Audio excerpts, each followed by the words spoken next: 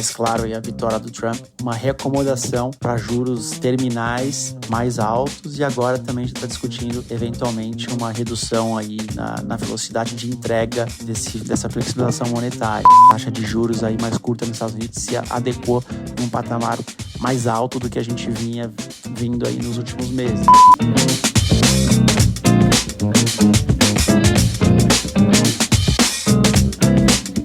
Bem-vindos e bem-vindas ao Mind Asset, podcast da Itaú Asset. Eu sou a Clara, da equipe de comunicação, e hoje a gente está aqui no último episódio do ano, no nosso quadro Mercados e Fundos em Foco, para conversar sobre os recentes movimentos dos mercados e trazer mais detalhes sobre a performance e perspectivas do nosso fundo em destaque do mês.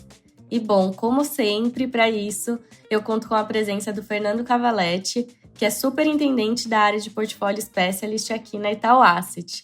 Tudo bem, Cava? Vamos lá, finalizando esse ano, hein? Tudo bem, Clara? Vamos lá, última do ano, de um ano que bastante emoções, né? Nossa Senhora. Com certeza, bastante emocionante. E a reta final de 2024 não foi diferente, né? A gente teve alguns desdobramentos aí da vitória do Trump nos Estados Unidos, alguns movimentos na Europa. No Brasil, a divulgação do pacote fiscal e agora a recente decisão do Copom. Então, bastante coisa aqui nessa reta final, né? Mas vamos começar pelo cenário externo. Eu queria que você trouxesse quais foram os principais movimentos que a gente pode destacar aí que aconteceram nesse final de novembro, né? E início aqui de dezembro. Tá legal.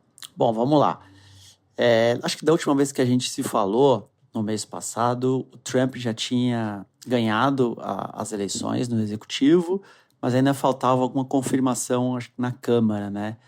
E aí a gente teve a confirmação do Republican Sweep, né? Ou seja, o Trump ganhando o executivo com uma margem boa e também os republicanos levando tanto a Câmara como o Senado. E isso abre um pouco de clareza para a gente com relação à visão de Estados Unidos que o Trump tem e a implementação da agenda política e econômica dele, que ele vinha falando aí, né, à torta direita durante a corrida eleitoral. E o que a gente pode esperar disso tudo é um ambiente um pouco mais inflacionário para os Estados Unidos, né? Então, em primeiro lugar, eles batem muito, né? O Trump bate muito na questão de redução dos corporate taxes, né? Que são os impostos para as corporações ali nos Estados Unidos. Então, por si só, isso já é um impulsionador, né, de atividade. Ao mesmo tempo, ele defende uma desregulamentação dos setores produtivos, né? Ou seja, menos regulação, sobra mais dinheiro também para o empresário investir, contratar uma série de coisas. Então, a gente pode também derivar isso para uma pressão de atividade marginal. E, por fim, a política dele de tarifas, que ele usa muitas vezes para negociação com outras regiões, com outros países, no caso do México, Canadá, ou implementa de fato, né, como, por exemplo, a gente espera para a China. E diferente da outra agenda de tarifas que ele fez no primeiro mandato dele, agora nesse Trump 2, ele vai tarifar o bem final para o consumidor americano. Então, é inflação na veia. Tem algumas casas de research aí que calculam que basicamente 1% de aumento na tarifa efetiva dos produtos importados nos Estados Unidos, isso representaria algo como 0,10% a mais na inflação americana. Então, todo esse conjunto de expectativas com relação à agenda política e econômica do governo Trump com a Câmara e Senado, né, mexeram aí com a precificação dos juros.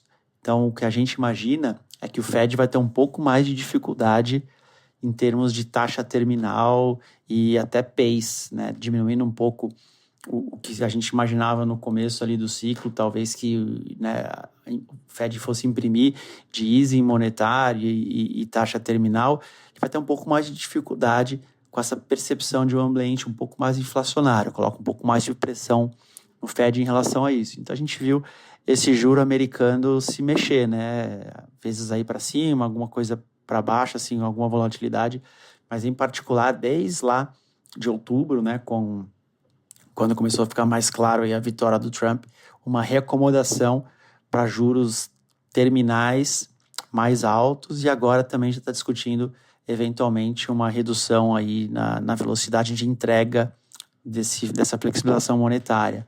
Então, para o mês agora de dezembro, né, a última reunião do ano, que vai ser esta semana, a gente entende aí que o Fed vai cortar mais 25 PPs, né, 0,25%, e depois em janeiro, muito provavelmente, ele vai dar uma pausa, um skip que a gente chama para reavaliar o impacto dessa flexibilização monetária até então, que foi feita, e também um pouco do início do governo Trump, né, das políticas que vão ser implementadas, dado que ele vai ter bastante liberdade por conta, de novo, aí, de ter, né, os republicanos conquistado ambas as casas, tá? Então, essa reunião vai ser bastante importante, é nela que a gente vai ver a projeção do Fed. A gente acha que eles vão reajustar um pouco a projeção de inflação para cima, né, do Core PCI, e os DOTs, né, os famosos DOTs, que são quando os membros ali colocam, né, onde eles acham que a taxa de juros americana vai estar ali, né, ao final do ano, no longo prazo, uma série de coisas. Então, a gente vai ter um pouco mais de clareza aí, onde os dirigentes do Fed acham que vai se acomodar esses juros. Na nossa visão, a gente está algo aqui como 2 a 3 cortes para o ano que vem. Tá? O mercado ainda está até mais para 2 aqui em termos de precificação, de novo, por conta desse, né, essa externalidade de crescimento americano, essa excepcionalidade de crescimento americano com relação ao resto do mundo, continua muito forte, puxado ainda por essa agenda de impulso aí que provavelmente o Trump vai implementar durante o seu mandato, tá? Isso dos Estados Unidos. E Europa, só para comentar brevemente, a Europa está passando por um momento político mais delicado, né? Com bastante vol, principalmente aí França e Alemanha, né? A França, agora o presidente Macron indicou o 4º primeiro-ministro em um ano, tá? Na sexta-feira. E tudo isso para tentar formar um governo de coalizão e conseguir aprovar o budget, né, ou seja, o orçamento para os próximos anos, tá? Vamos ver se dessa vez ele consegue formar uma maioria para tocar esse assunto. Mesma coisa na Alemanha, né? Bastante vol ali do lado político, ao mesmo tempo que a Europa vive um momento de maior fragilidade econômica, né? Os indicadores antecedentes, os PMIs, mostram uma fraqueza ali de atividade na região. Alguns indicadores como produção industrial, principalmente na Alemanha, muito fracos, né? Quando a gente olha aqui o histórico mais recente, bem fracos. E isso está se revertendo aí na perspectiva de o ECB entrar com a taxa de juros, com a política monetária em terreno estimulativo, tá? Ou seja, podendo ir até abaixo de 2%, que seria ali o que a gente imagina como taxa de juros neutro, né? Então, para evitar uma desaceleração muito grande de atividade na região e evitar que essa inflação acaba convergindo para baixo da meta, a gente imagina aqui que tem espaço para o ECB ser um pouco mais agressivo aí nessa política monetária, embora eles tenham sido bem duros aí no comunicado, né? Dizendo que ainda vão ser data dependent, que não são data point dependent, né? Ou seja, não estão se baseando em apenas um ponto, algum dado de fraqueza na margem, ou seja, mas em linhas gerais a gente acredita que de fato abre espaço para uma taxa de juros mais estimulativa, ao contrário dos Estados Unidos, que está no momento contrário, né? De uma taxa de juros talvez um pouco mais restritiva por conta de tudo isso que a gente falou. Certo. E cabe a nós aqui, né, monitorar os próximos passos, com certeza, do Banco Central americano e todos esses desdobramentos na Europa. E aí, agora, vindo para o Brasil, a gente teve um mês aqui também de bastante volatilidade nos mercados, né? E na semana passada, o Copom optou por elevar a taxa Selic em 1%, levando aqui a nossa taxa de juros para 12,25%.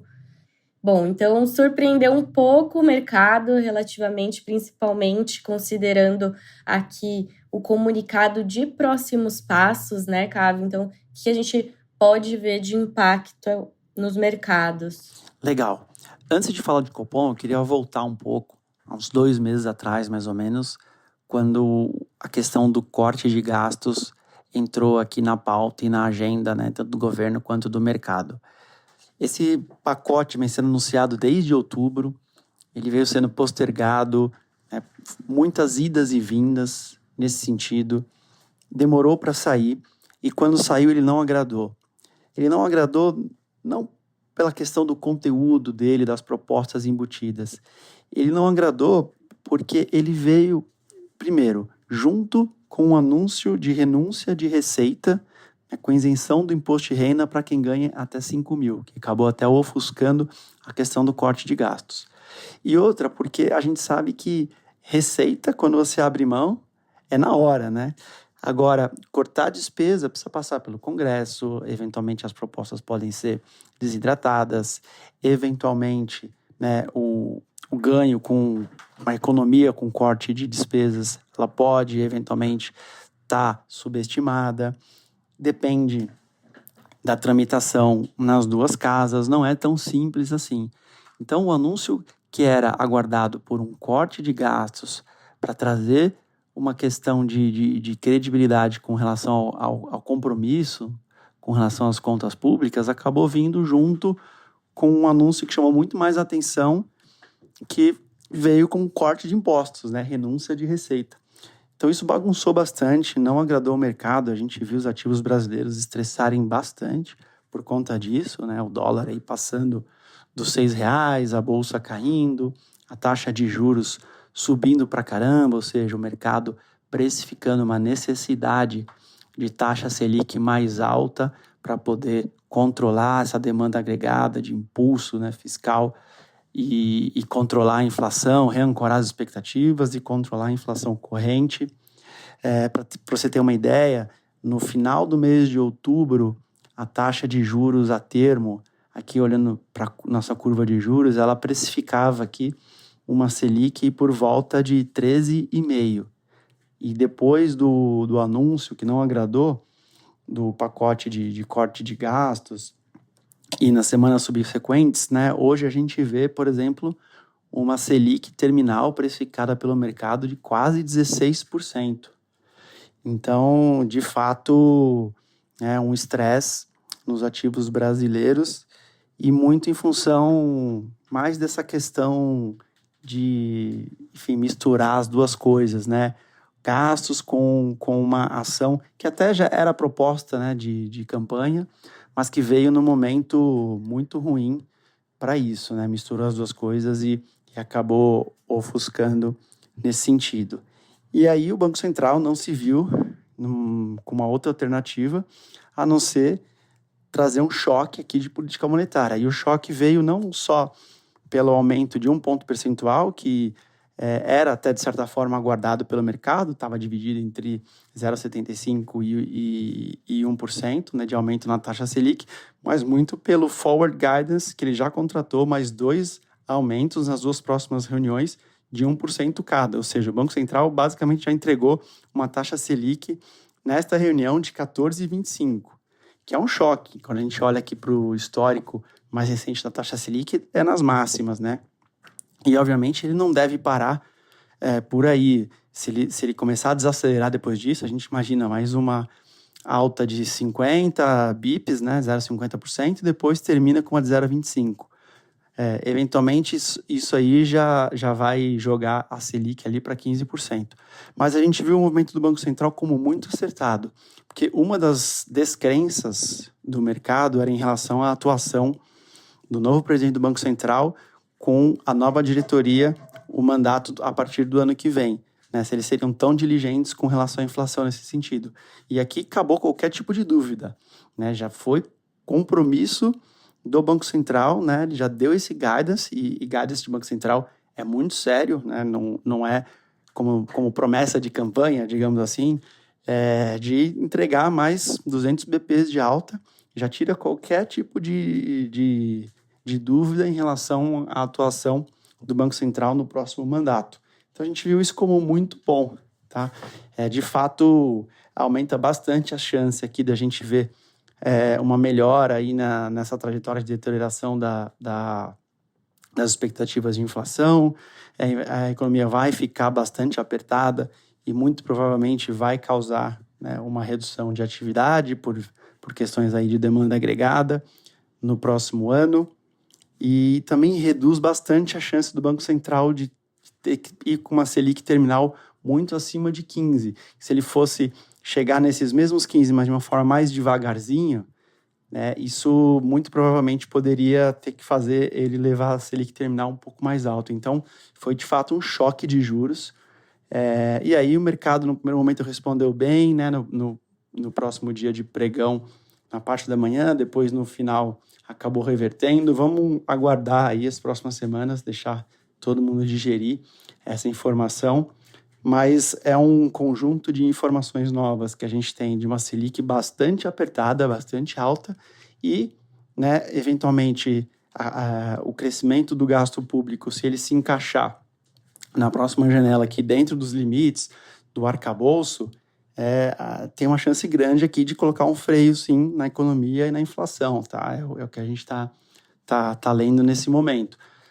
Esse ciclo político começou com o pé no acelerador dos gastos, tá? Um pouco atípico em relação a outros ciclos políticos, que no começo geralmente é uma economia, um freio de arrumação e depois acelera os gastos do meio para frente. Aqui não, a gente já viu, né, esse ciclo começando com todo vapor aqui no crescimento do real dos gastos públicos e eventualmente agora vai ter que fazer caber no arcabouço.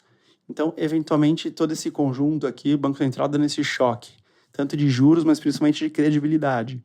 E a gente vendo o crescimento dos gastos públicos entrarem numa normalidade, que é o que a gente espera nesse momento, tem uma chance aí de, sim, fazer efeito na economia e começar a reancorar os vetores aqui, tá? Começando aí, eventualmente, pela expectativa de inflação, aí o real e assim por diante, tá? Vamos aguardar os próximos movimentos, mas a gente viu como bastante acertada essa decisão do Banco Central.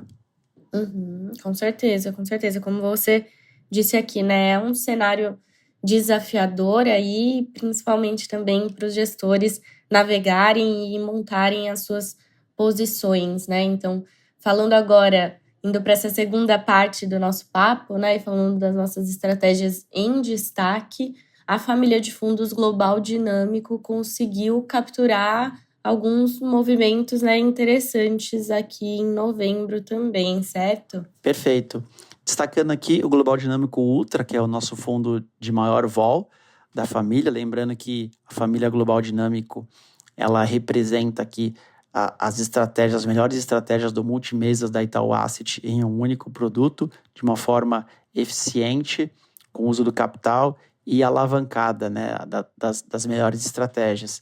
E o mês de novembro foi um mês bastante forte em termos de performance. O fundo Global Dinâmico Ultra Multimercado entregou aqui 4,28% nominal de retorno contra 0,79% do CDI. Isso joga, né, em termos de percentual do CDI, o fundo para 112% do CDI neste ano, de 2024, e 138% do CDI em 12 meses. Então, uma performance de bastante destaque. É um ano super difícil, que a indústria teve uma dificuldade grande, né, em bater o CDI. E aí, falando em termos de maiores contribuidores, né, então são várias mesas operando dentro do fundo, mas olhando no agregado aqui, o que trouxe de retorno de destaque aqui, eu poderia citar a parte de juros internacional, com posições aplicadas aqui, principalmente na Europa e no México, que ela foi manifestada por algumas mesas de gestão que a gente tem aqui. Posição aplicada é quando o gestor ele acredita que a taxa vai cair, né? A taxa de juros vai cair nos preços aqui de mercado praticados, tá? Então ele aposta que a taxa vai ser menor do que está precificado e esse movimento aconteceu e eles capturaram.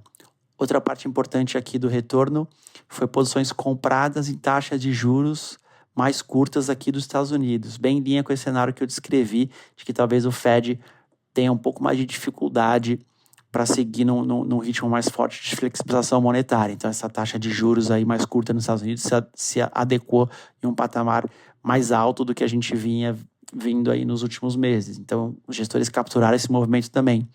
E, por final, umas posições um pouco mais pessimistas no Brasil, né? Também comprado em taxas de juros, e dado todo esse movimento que a gente comentou aqui, né? Obviamente, os juros, ele acabou mirando a patamares mais altos, e isso trouxe uma contribuição interessante também para o fundo, tá?